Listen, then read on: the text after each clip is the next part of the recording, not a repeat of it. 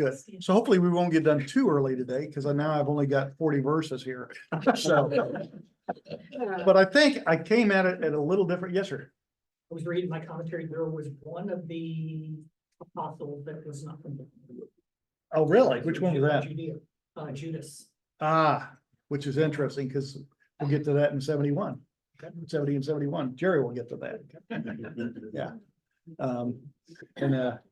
That's all interesting, right, all in itself, because like Jesus knew what he would do when he picked him, and he prayed over him all night, and he knew.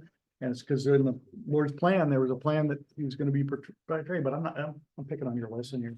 I'm doing to you what I do to you in real life, and I'm doing it a week early. But it's interesting. So anyway, okay, let's try to go at it. And I try to come at this, I try to read a bunch of different commentaries and pick the one that comes up with a little bit different, because we've all heard this story so many times that it becomes kind of rote. Okay, you multiplied the fishes, that's really cool, what a miracle. Oh, he walks on water, that's really amazing. He defies nature and he walks on water.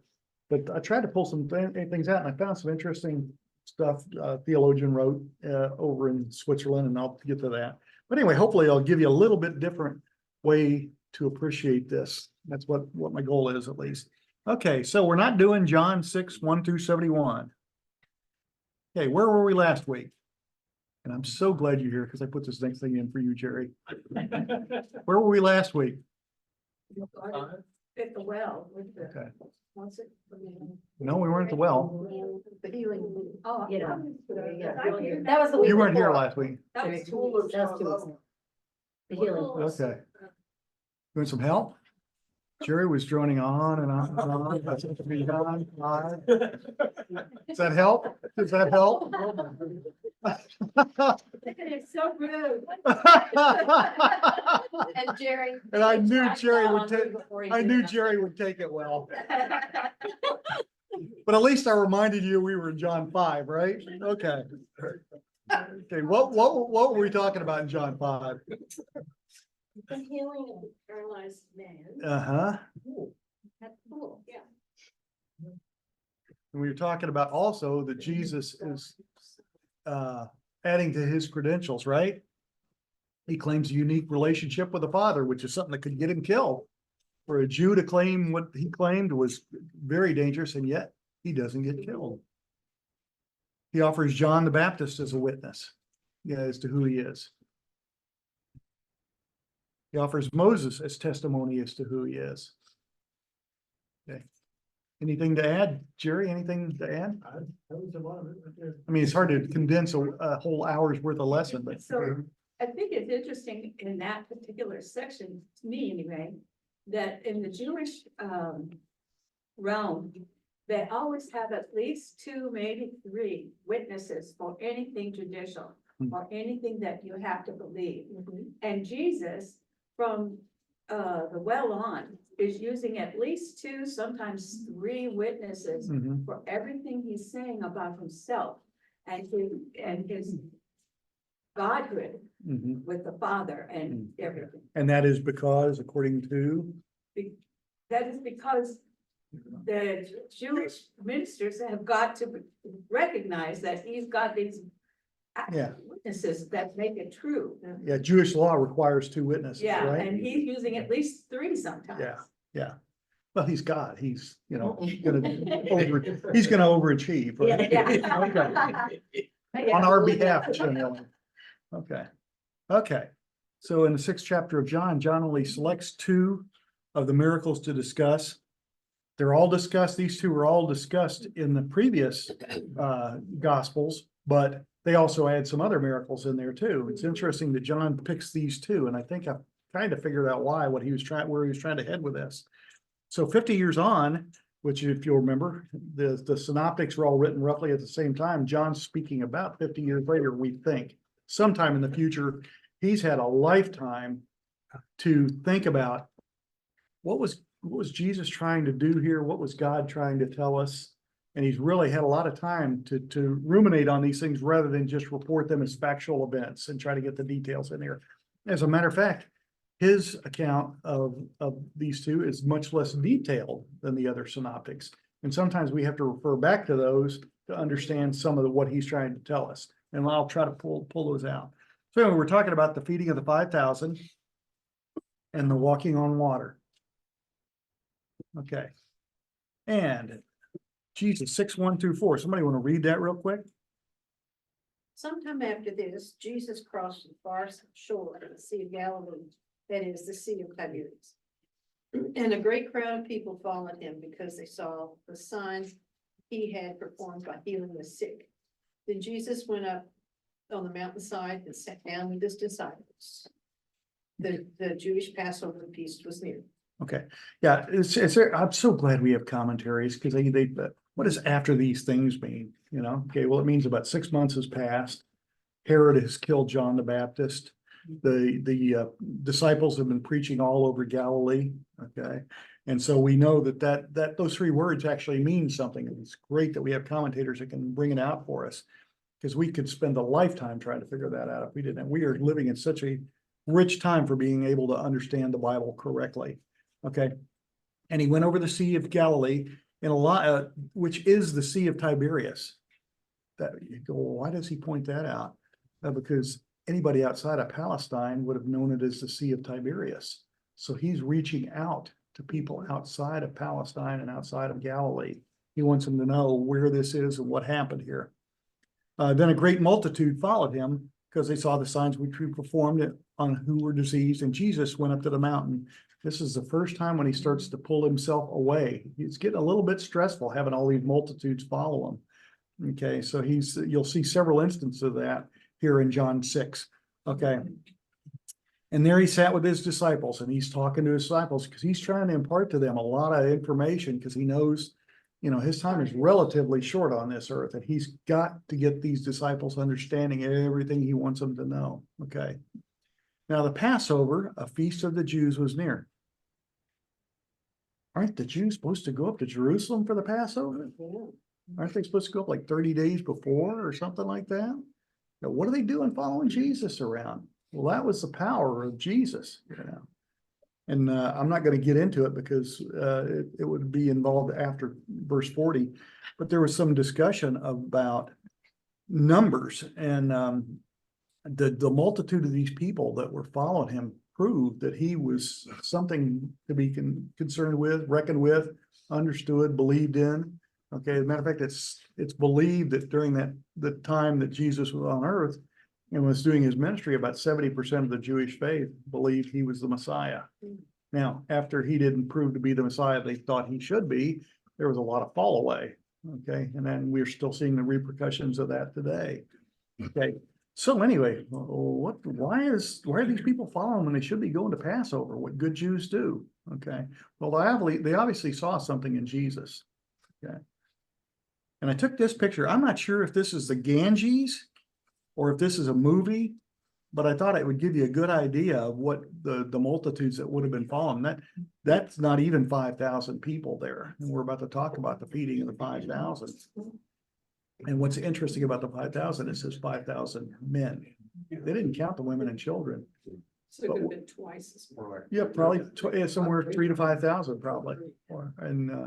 And we know there were children there because they got the fish from the little kid, right? Okay.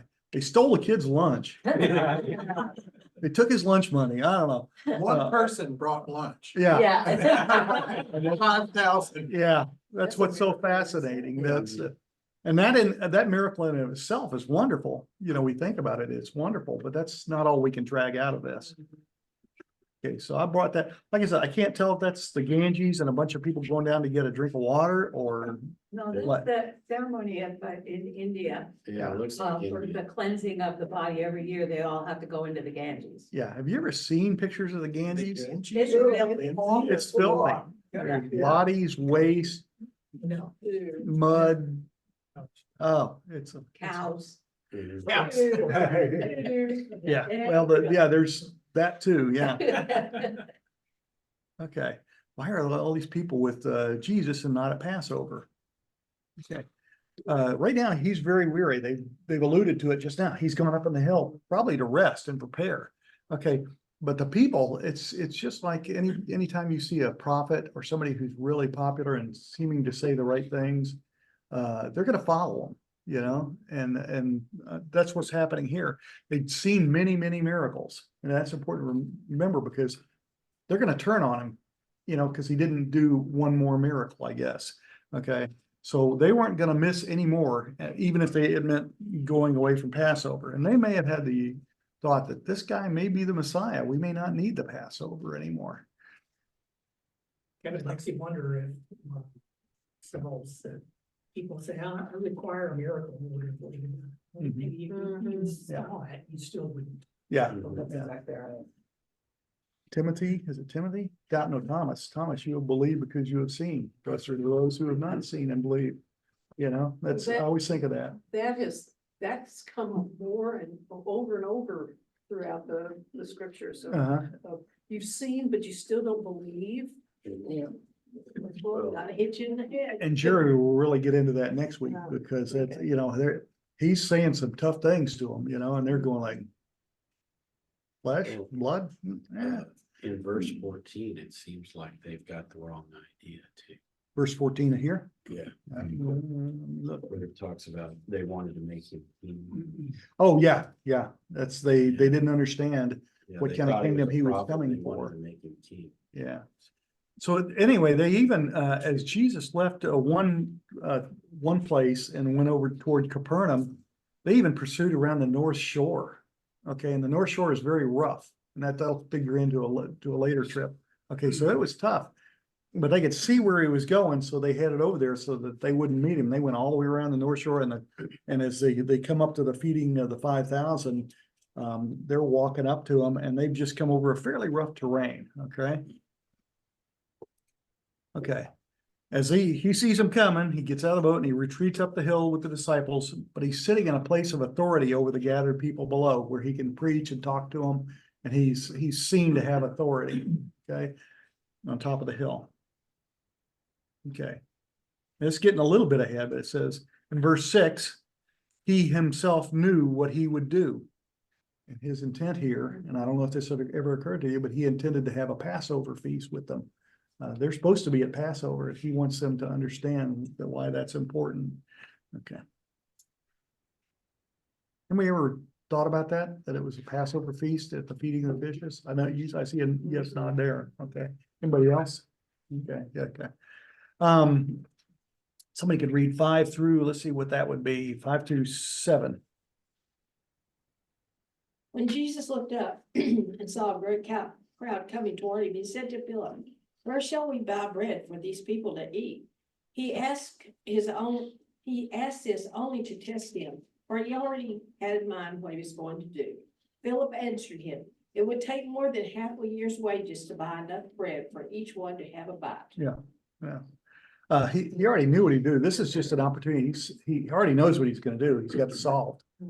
He knows before Andrew or Philip. Yeah. not Philip, the next one he asks, is it Andrew? Yeah. Comes up to him with a little kid. He knows that's gonna happen. He's gonna divide up the fishes. He's already figured out a plan. But he thinks, I'm gonna give him a little test of faith here. Philip, you're kind of quiet, so you're a deep thinker. You kind of seem like you have your finger on the pulse. What would you do?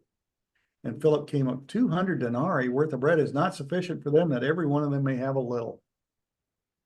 You've been following this guy around and that's the solution you think we need is money? Okay. He's not the tax collector. is he? What's that? He's not the tax collector. is he? No. Okay, but he's obviously a very structured thinker, I guess. Okay. Philip's answer was very worldly answer concerning money. Yeah. Okay, and that runs forward into our church life today. You think about it. Okay, how many of us would have responded like Philip? Show of hands. Yeah.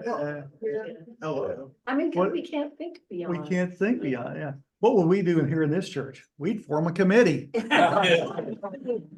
Another committee. And then that would take, then these people would starve to death while we were in committee. You know? And Yeah, and there'd be people who say, well, why do we have to feed them? yeah. Yeah. Not Well, my they're problem. all right. Yeah. What's the old story? A zebra is a horse built by a committee or something like that. Yeah. So anyway, a lot of us would have responded by Philip because that's the way we're built. We're problem solvers. We're not thinking of the other world and the possibilities that this guy is the Man. Messiah. What's that? We're just men. We're just We're men. gonna fix it. Right, yeah, that's right. Yeah. But you would have thought, Kevin, if they'd have seen him do miracles, Yeah, that might have been on their mind a little bit, rather than the money aspect, you know, Yeah. like he's healed somebody, he's made this man to walk again, he's healed a blind. yeah. Why couldn't he just? I don't They've remember seen him- many, many miracles. No. I don't remember Jesus doing any miracles involving like, here's money, like. No, but he's done enough miracles that Philip, you go, Philip, have you been paying attention? You know, yeah, okay, Penny. It says in my commentary that 200 denarii constituted roughly 8 months' wages. Yep. Wow. So he's saying that this would take a lot of money and it still wouldn't feed them. Okay. Okay.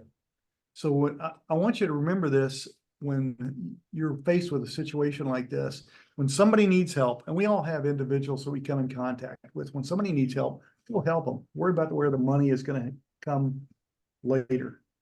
In my case, in Jerry's case, and Michael's case, some of you other guys, and you wonder where the muscle strength is gonna come from, because sometimes we have to go out and do some stuff like that, and I don't know, it doesn't take me much to get sore. I think getting up to get a glass of water sometimes. Oh, I got my work out in today, you know? So anyway, just remember this, the ministry comes first, get it done, then worry about paying for it or how it's gonna take care of itself.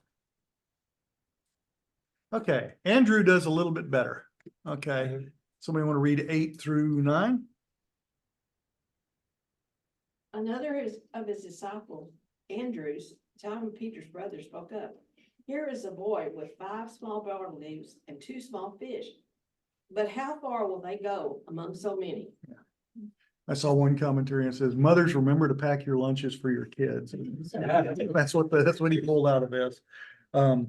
But it's interesting that Andrew became the patron saint of Scotland, who are considered to be very frugal.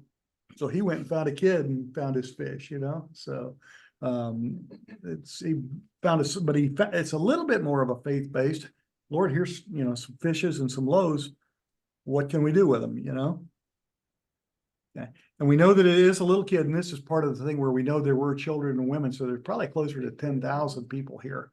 Okay, it was just culturally you counted by the number of men there, and the word used is, and I'm sure I'm slaughtering this, but paidarion. Okay, it's a little lad.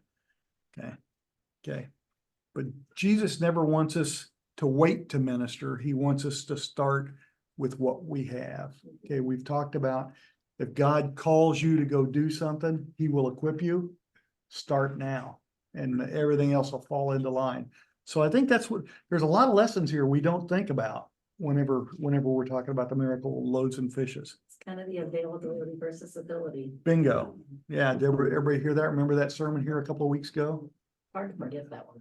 Yeah, and we all think we don't have any abilities, but if you're available, go try it anyway. So. Okay, anybody want to read verse 10 through 13? Then Jesus said, let the people sit down. Now there was much grass in the place, so the men sat down in a number of about 5,000. And Jesus took the loaves, and when he had given thanks, he distributed them to the disciples, and the disciples to those sitting down, and likewise of the fish, as much as they wanted.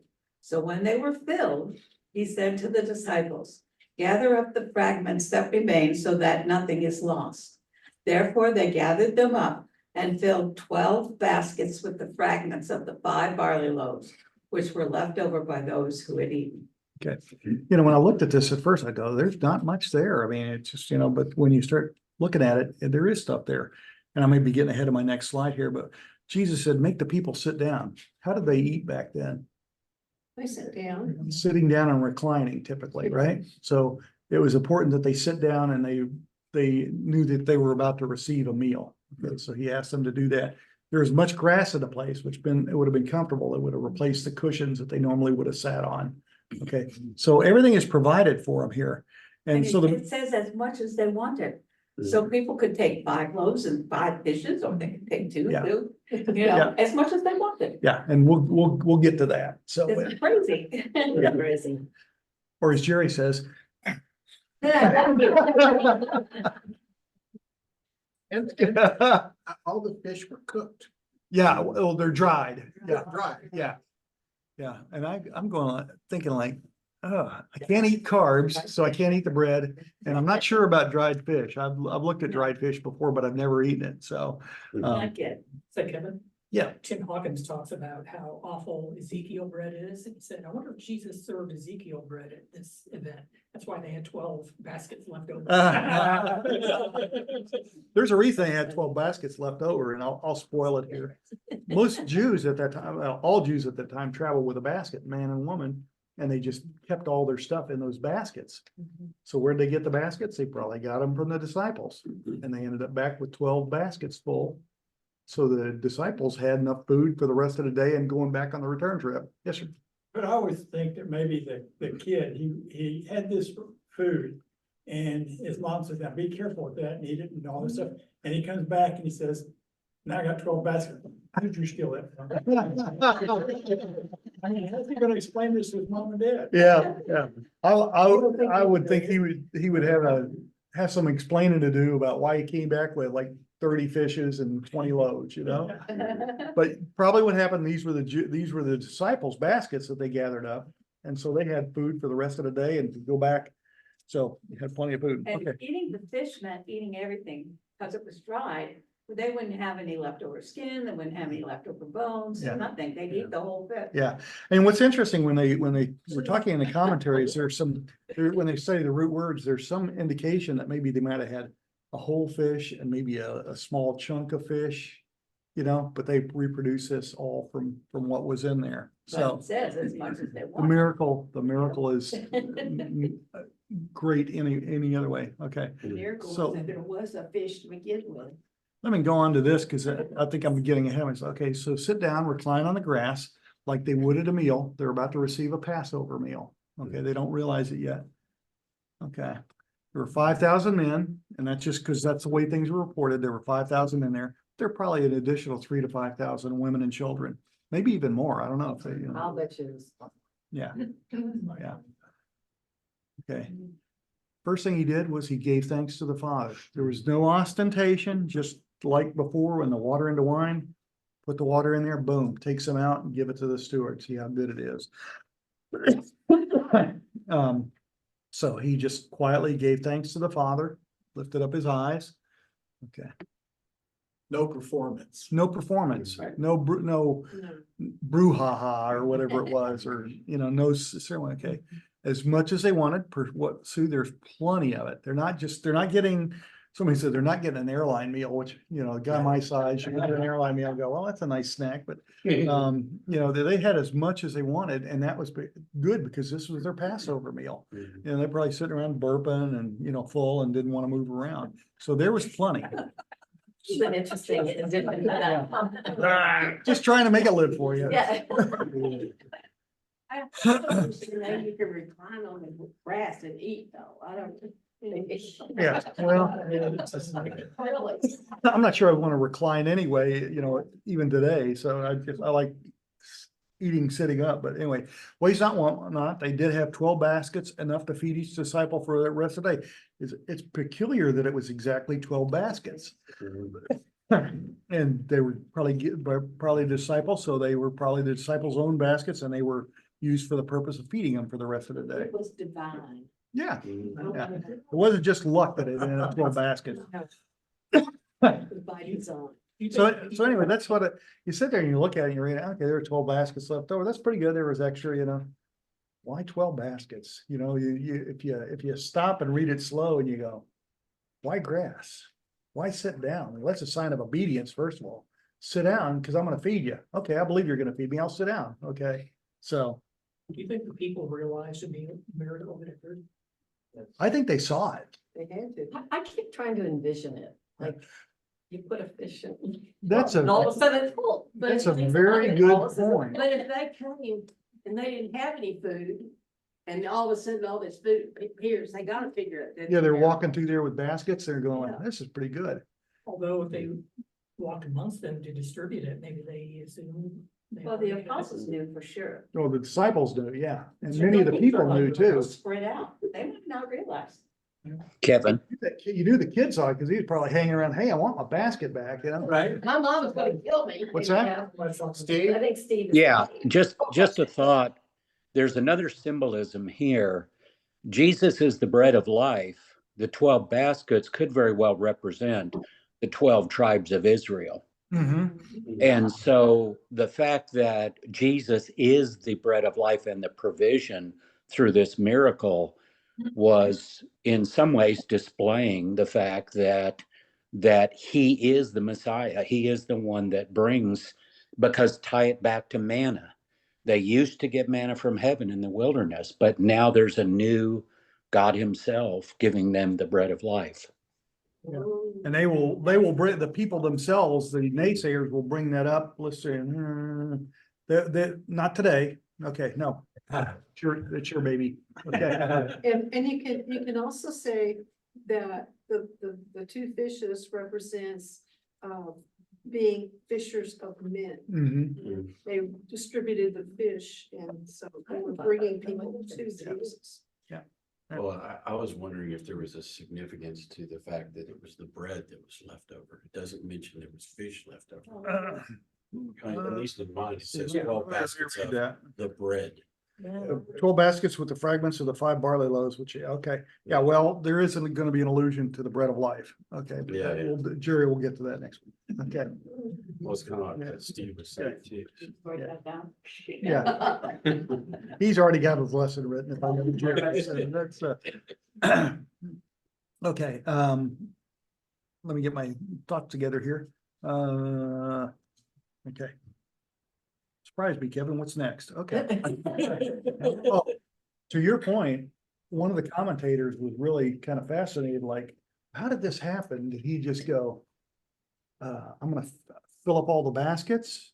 And they took them all out and they had enough instantly?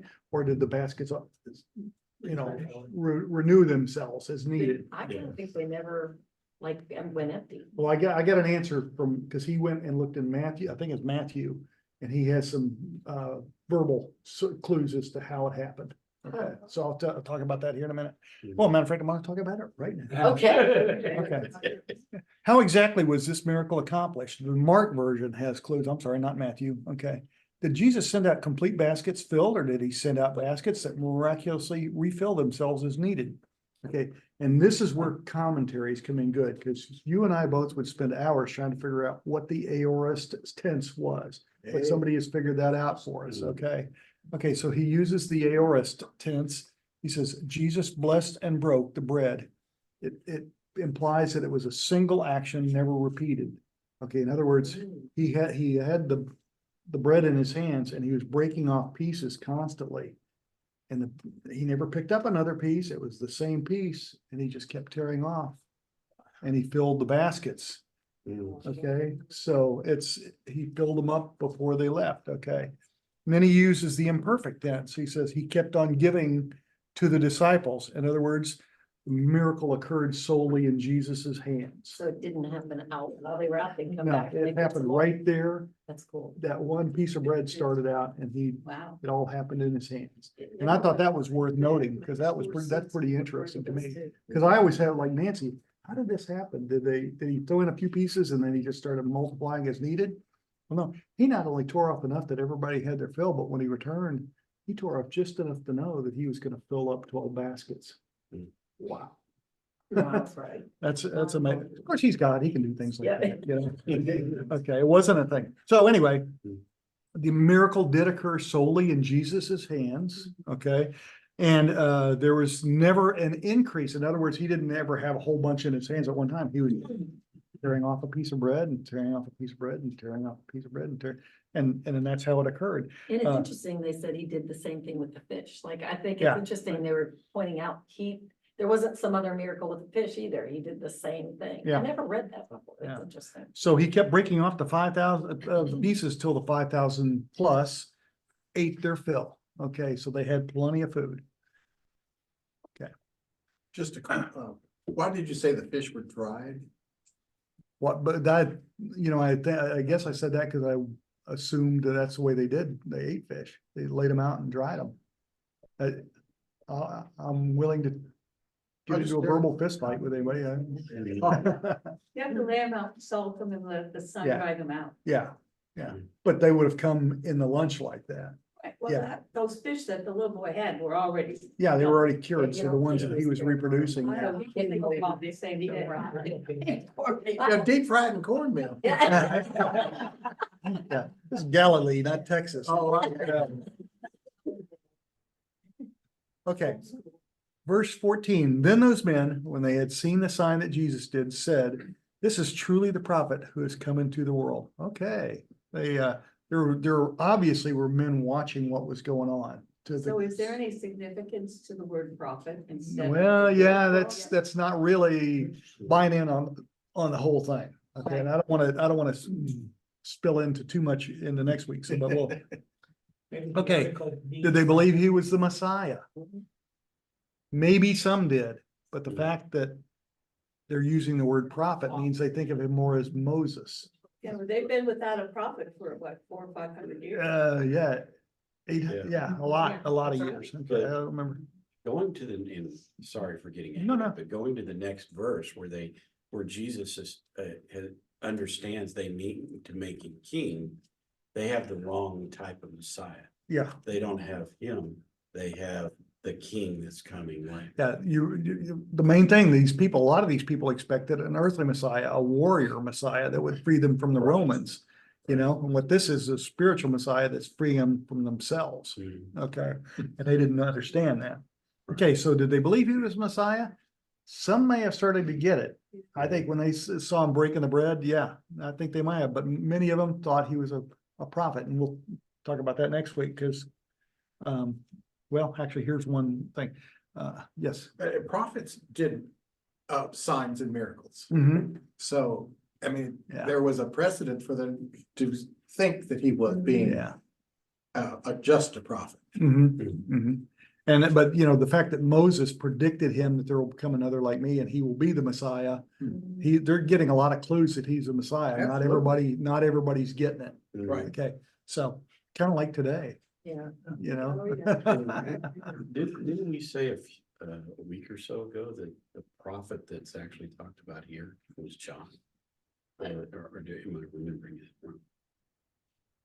John the Baptist. There were discussions in the Old Testament about John the prophet, John the Baptist as a prophet also. Yeah, I think a lot of people were referring to, and tell me if I'm wrong, but it's referring to John the Baptist, and John said, there will come another who is greater than I. yeah, Yeah, But, Yeah. but, The prophet. but the Old Testament did talk about John the Baptist too. yeah. Yeah. Okay, that's what. Okay. That's what. so anyway, I may be stepping on your toes here, Jerry, but it says, but others may have thought back to Deuteronomy 18:15, the Lord your God will raise up for you a prophet like me, being Moses, from your midst, from your brethren. Him you shall hear. It reminded them of, and this is not part of the book, it reminded them of Moses and manna from heaven. Actually, they thought it was manna from Moses. Okay, and it wasn't, it was manna. Okay, now, and we'll point that out here in just a sec. Okay, here was a sign that Jesus was the Messiah, and they miss it and respond completely wrong. And this is what Don's talking about.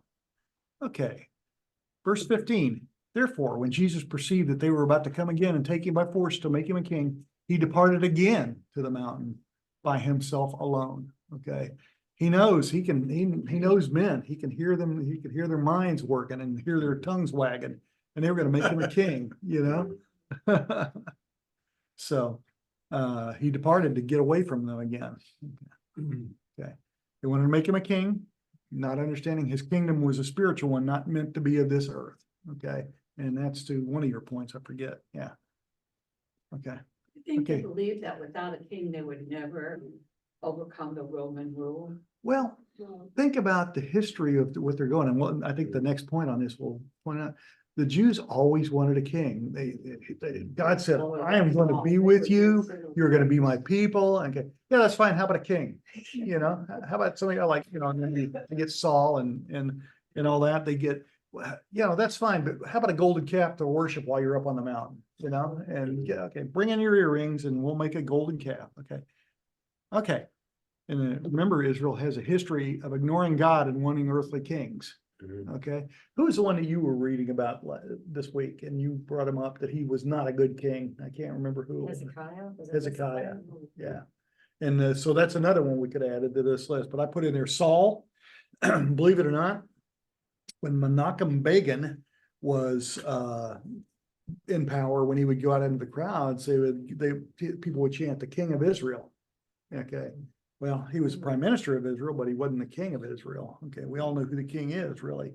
Okay, we could also put the golden calf in here. That was a substitute, something to worship. I Okay, never quite understood that, but it's inanimate objects, like, yeah. that's what they pick, like, I don't know. Well, and I guess in their minds, it's a representation of the. So Egyptians the had end all of the those kings in canopies. Israel, did that occur when they were started to be overcome by the Assyrians and all those other tribes? Split them up and they never had a king again? Yeah, I think what they were looking for is a leader to keep that from ever happening again. That's why they thought. We think our president is gonna solve problems. Yeah, we've all been out of that knowledge. But we look to other men to lead us sometimes. I mean, not me personally, because I don't put my faith in men a lot to lead, but human beings tend to look to other people to lead them and tell them what to do. And that's sad, because that's not what God wants. He wants us to know him and to follow him and to know what to do, because we're following what he wants us to do, not what the president wants us to do. Yes. This is also 40 years before the Maccabean revolt, Mm. when they tried to throw off the authority of Rome. Yeah. Jerusalem was subsequently destroyed, so. Yeah, which they falls into the landed there. fact that We they need a wanted leader. a warrior king. We need a Yeah. warrior king too. Yeah. And he was a pretty good one for a while. Yeah. Yeah. So. Okay, what lesson did or should the disciples take from this event? And you would think, oh, he multiplied fishes. That's pretty cool. Okay, good. So, but I think he wanted something else to come out of this, and something we may not, when we're reading this, we may not see. God could do everything himself. He could have fed the people, taken Jesus out of the loop. Well, not really, because he's God, but he could have taken the disciples out of the loop. He could have taken all the people that were witnessing the multiplication out of the loop. Okay, so, but he chooses to work through us, and that applies to everybody in this room. He chooses to work through us to do things for his kingdom. We shouldn't ask for a king to do what we want to do. Okay, and then there's a good verse there, 1 Corinthians 6:19-20a.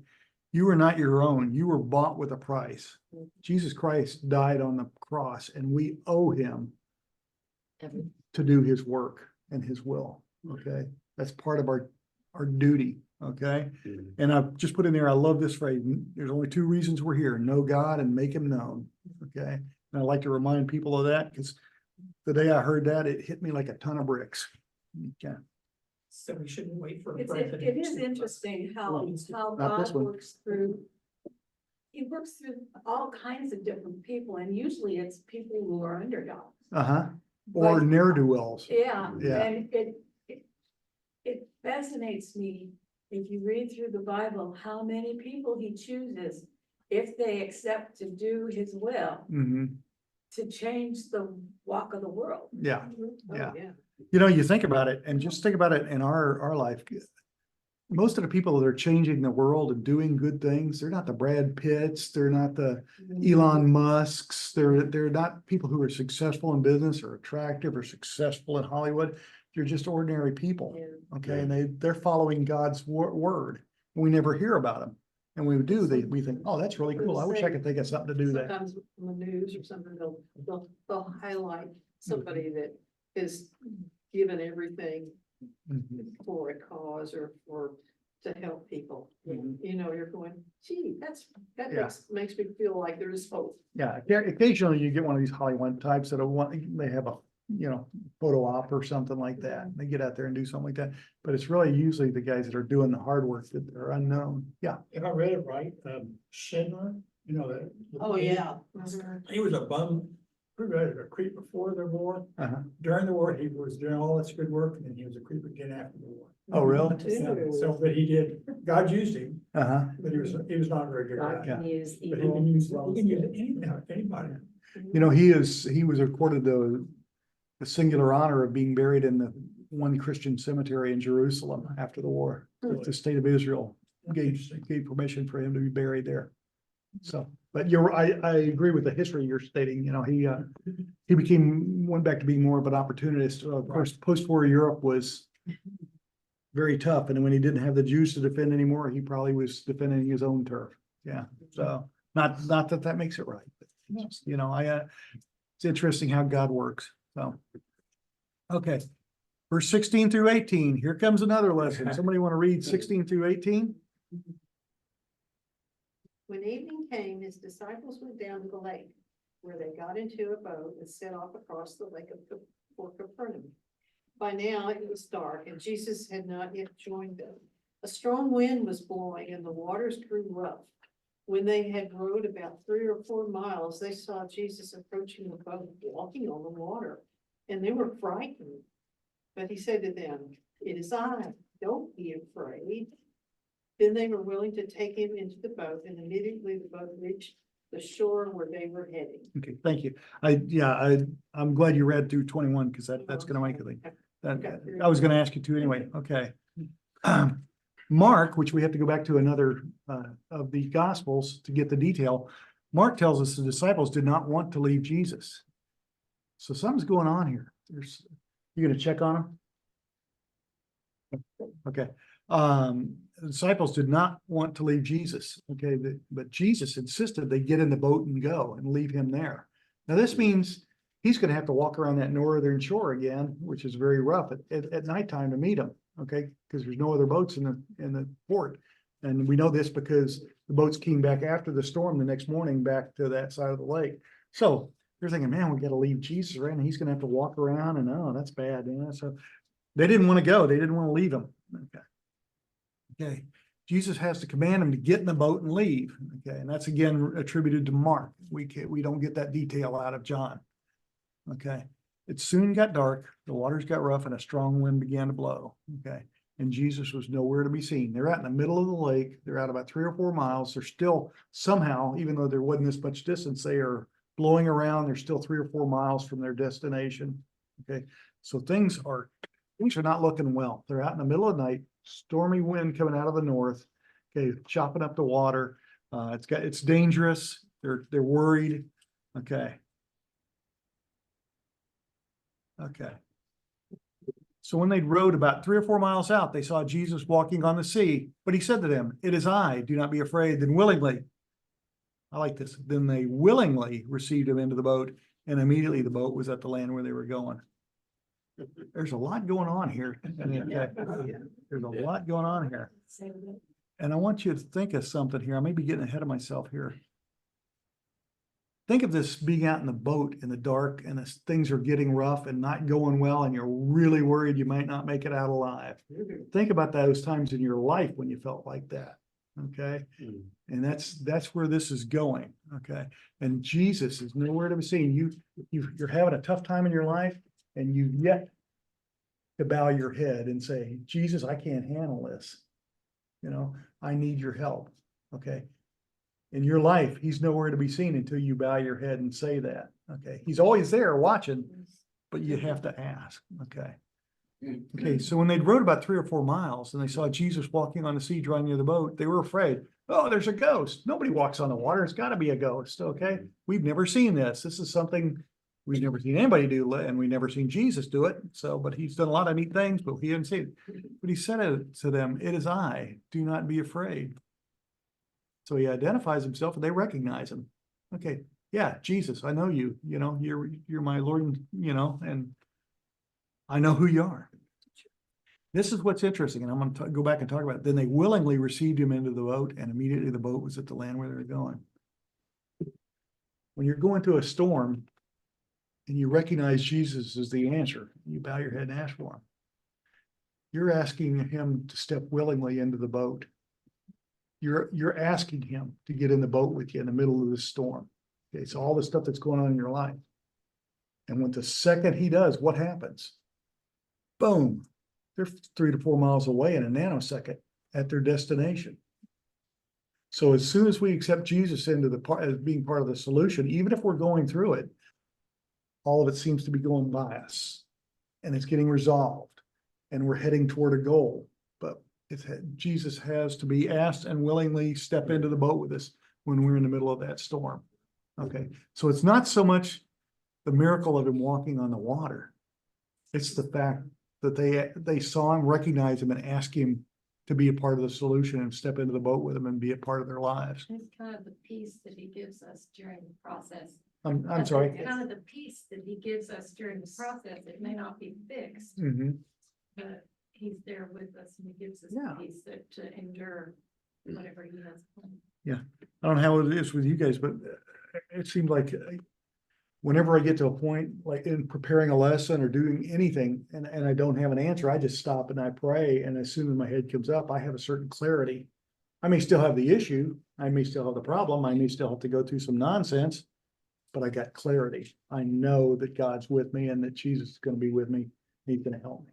Okay, so I think that's where they were going. Very good point, thank you. Okay. So the analogy and then is fear during the dark periods in our lives. It's not about walking on water. Jesus assures them not only by his words, "It is I, do not fear," okay, but by his control of nature. We're seeing his control of nature again, his perfect control of nature that we talked about when he turned water into wine.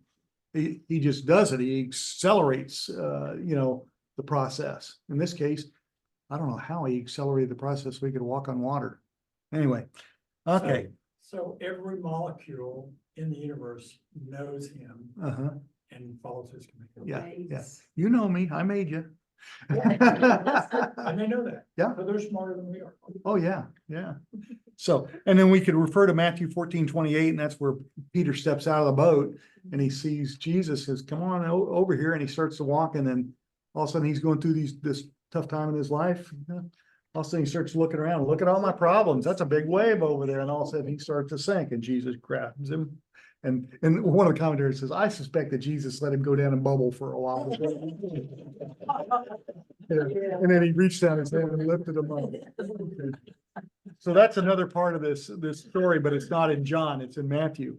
So, but Jesus' power allowed them to go 3 to 4 miles per second or nanosecond and be on the shore as soon as he stepped into the boat. Okay, so what I want to propose here, that it's not the miracle of walking on the water, it's the miracle that Jesus provides when he steps into your life and your situation. Okay, and I think that's something we often miss in this story. Okay, is there a difference in intent between the two miracles? Yeah, maybe. Okay. The feeding of the 5,000 was used natural objects to feed all who were present. Believe it or not, doesn't matter. Okay. Anybody who happened to be there. C.S. Lewis referred to this as a miracle of the old creation. Okay. You got to quote C.S. Lewis when you find it. He's always so good, Okay. The walking on water was, according to C.S. Lewis, a miracle of the new creation. Okay. So there is a little bit of difference in them. Okay.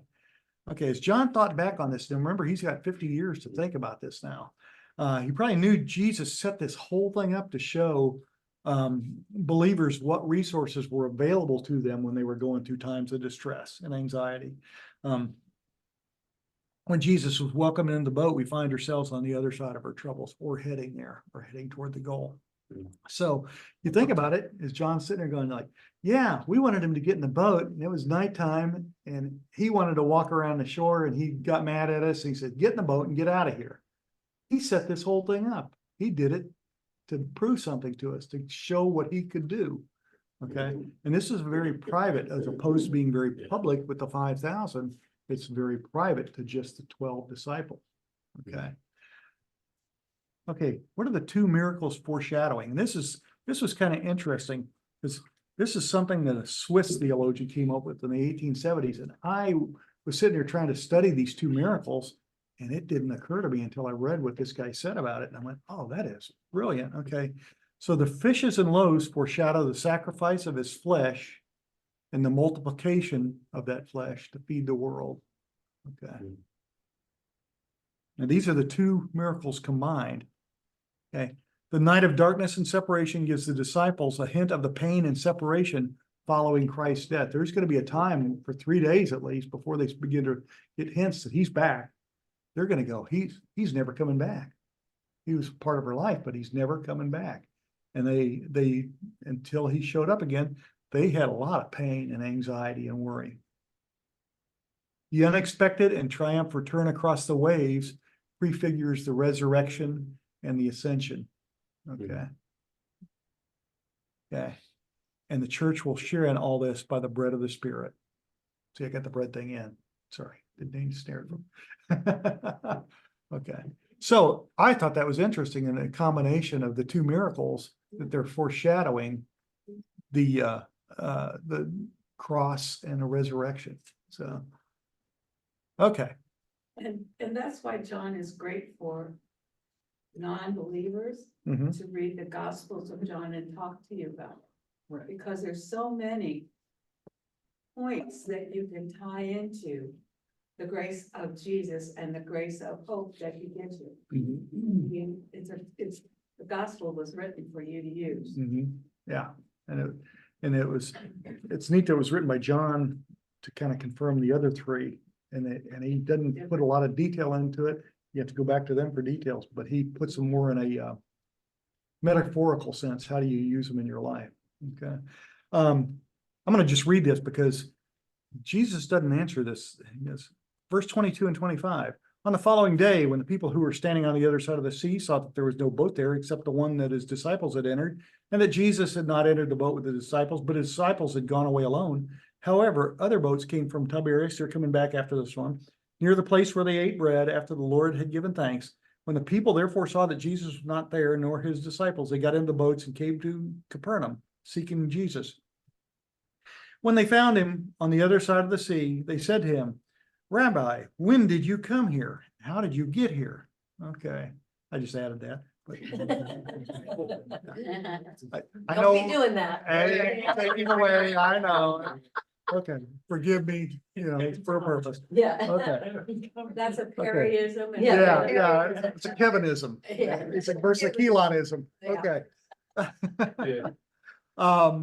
Okay, Jesus says, great question. Here's an answer to a totally different question. Yeah, he just ignores it. They're like, well, how do you, well, purient question. I don't know.